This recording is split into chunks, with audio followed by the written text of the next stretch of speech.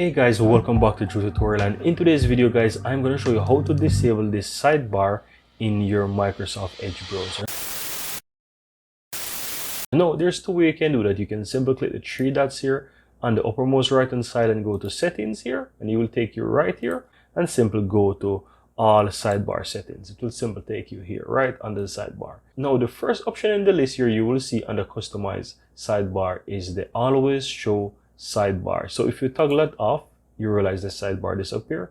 If you toggle it on, you realize that it's on, and by default it is on so that you can use some of these incredible features here. But if you want to turn it off, you don't need it, just simply toggle it off, and that's all there is to it. Now guys, I really hope that you found this tutorial very helpful, and if you do, go ahead and give this video a like and share your comments below. I'd really appreciate that.